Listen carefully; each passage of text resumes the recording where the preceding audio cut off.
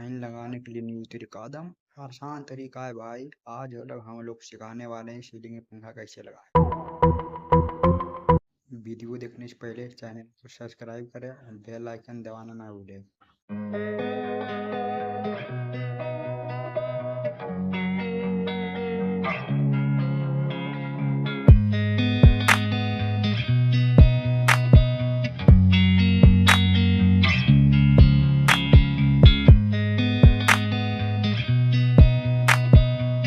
Fine तैयार हो चुका है।